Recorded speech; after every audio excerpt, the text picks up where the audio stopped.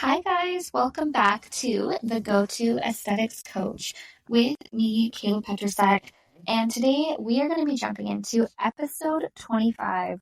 First of all, I can't believe we're already at 25 episodes. So celebrating that, so exciting. And we're going to jump into emotional mastery for Medspa owners, the CEO skill that no one's really talking about. So important because let's be real, it is a freaking whirlwind in any kind of, entrepreneurism, but especially in aesthetics. So that's why I really want to shed some light on this topic. So you're not building just a med spa, right? What you're actually building is you're building a vision. You're doing this because you saw a vision for yourself. You have goals for your company. You want a life with purpose. You want a brand that empowers others while all supporting the lifestyle that you have dreamed of. But the thing that most aesthetic entrepreneurs don't realize is strategy will get you in the game, but your emotional state is what actually keeps you there and helps you scale.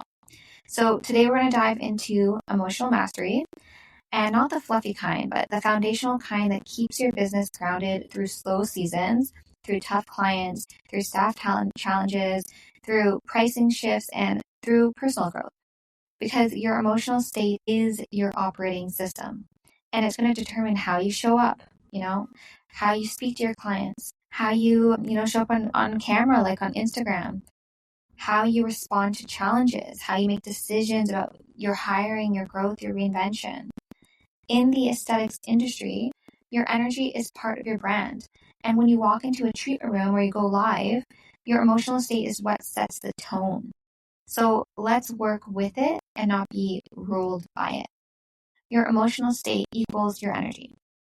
So we're in a client-facing, high-pressure, visually driven business, right? People come to you for results, yes, but also for your presence.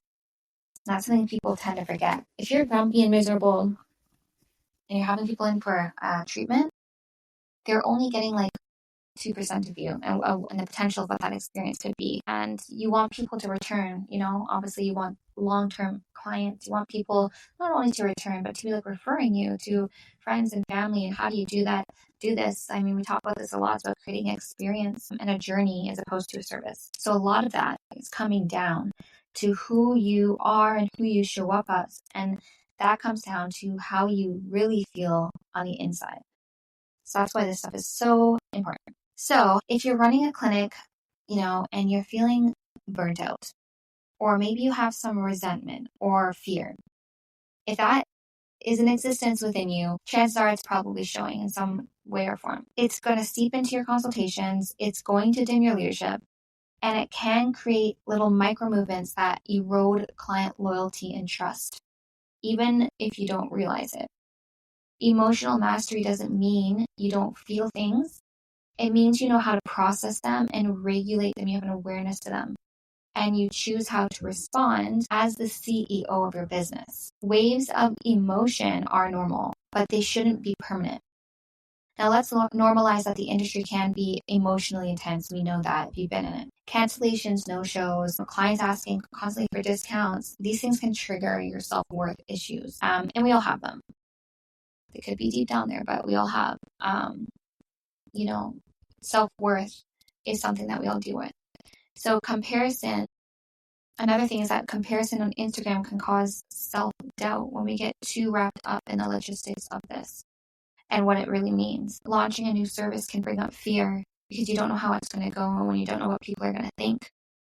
But these are waves and these are not destinations. The problem is when we camp out in anxiety and self-doubt or overwhelm and let them become our emotional baseline. This is where it can cause issues. That's when your clinic stops growing, and that's when you can delay launches, and that's when you settle. So we must learn to ride the waves without drowning with them. And yes, it is easier said than done, but that's why we're here. So the emotional home of the Medspa owner.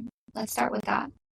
Many aesthetic entrepreneurs have what I call high-functioning hustle wounds. So you learned that rest equals laziness, asking for help equals weakness, feeling uncertain equals unprofessional.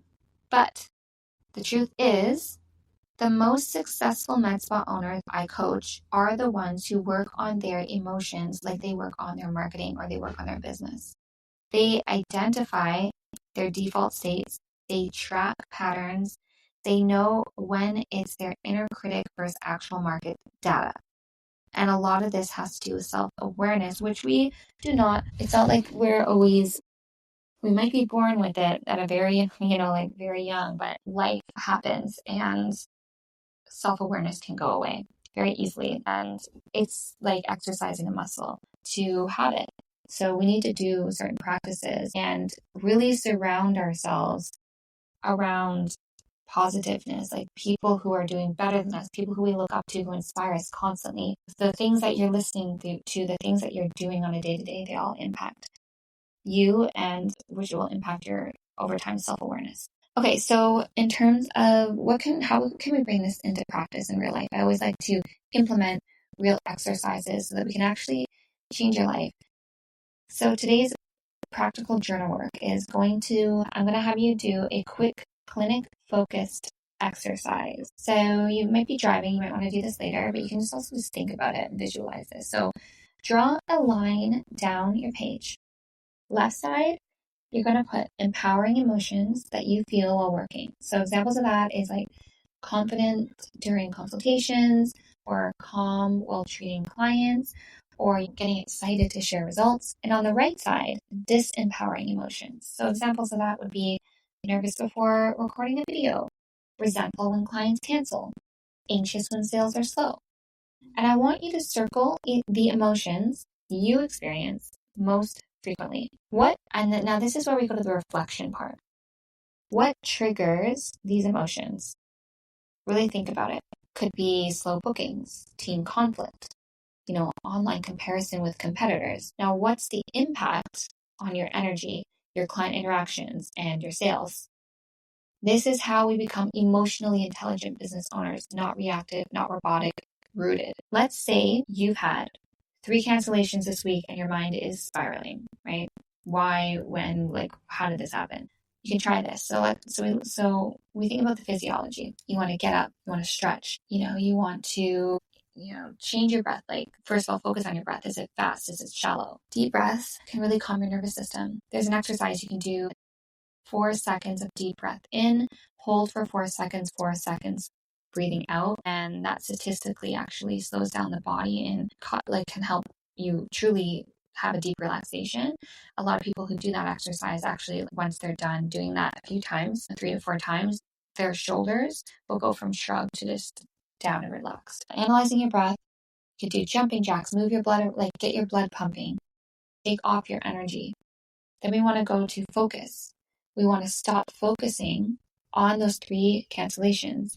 We want to change and rewire the pathways in our brain to focus on the 17 clients that you actually did serve this week.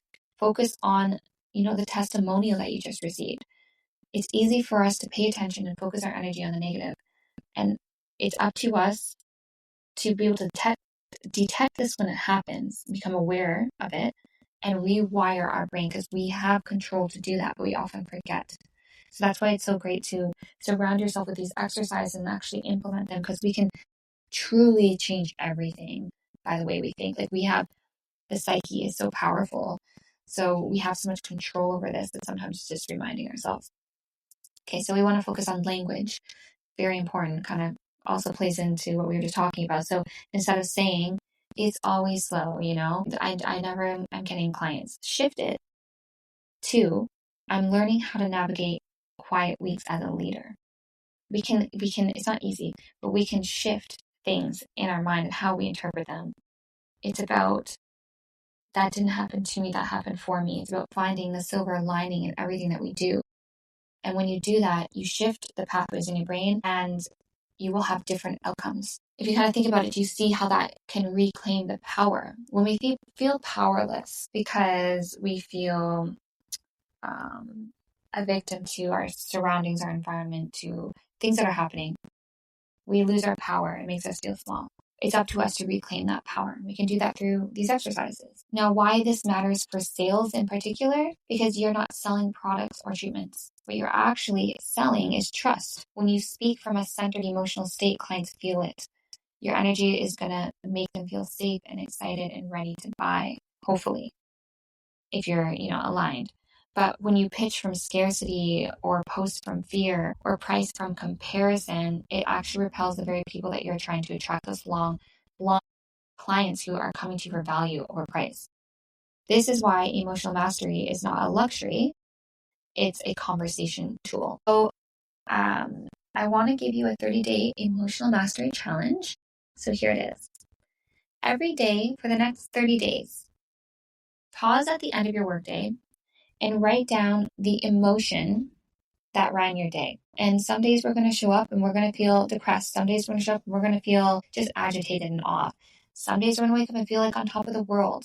We're human. This is normal. And it's part of the process. But it is a good exercise to identify the different feelings that you are showing up and feeling. So write these down. This is part of reflection. And that's why a lot of people say like journaling has so many benefits. So you can ask yourself when you write this down and you start to see patterns, ask yourself, did this serve me? Did the emotional state that you were in that day serve you? And where did it come from? Some of this might seem obvious, like, did it serve me? If you're feeling down, obviously that didn't serve you, right? But it's the process of writing it, like it's a process of reflecting, thinking about it, then writing it down, and then again, thinking about like analyzing that situation. This changes how you show up and how you think about things. So did it serve you? Where did it come from? That if you can identify the trigger, then that's good as well, because then you can start to identify the triggers to certain behaviors and mindsets. And then shift your state. You identified it, you've reflected on it. Now you know what helps. If it's moving, if it's breathing, it's reframing. If you want to scale your clinic with integrity and impact, this is how it starts. This is where I've seen the most impact and movement and success with the clients that I've coached. It all starts with us, and it starts with everything actually aside from business tactics. Like it starts how we're showing up, because we are our business. And it's not about adding more services, and it's not about what hashtags, and it's about how you feel, how you show up, because ultimately that is what is going to correlate to the amount of success you have. And that is why my brand has shifted and evolved a little bit, because I'm 6 years into my business now, and I've seen so many different journeys. And what I have seen is when we incorporate business coaching with life coaching with marketing strategically, like the world is your oyster. You can do so much. But when you just do marketing, or when you just do like one, focus on yourself and neglect the business, you get so results.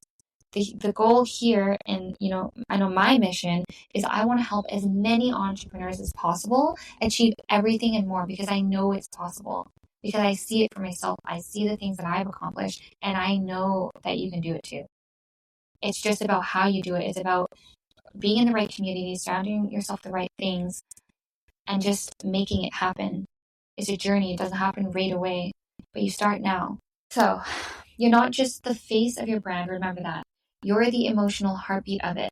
And the more that you're going to master your inner world, the more magnetic, the more sustainable, and the more profitable your business becomes.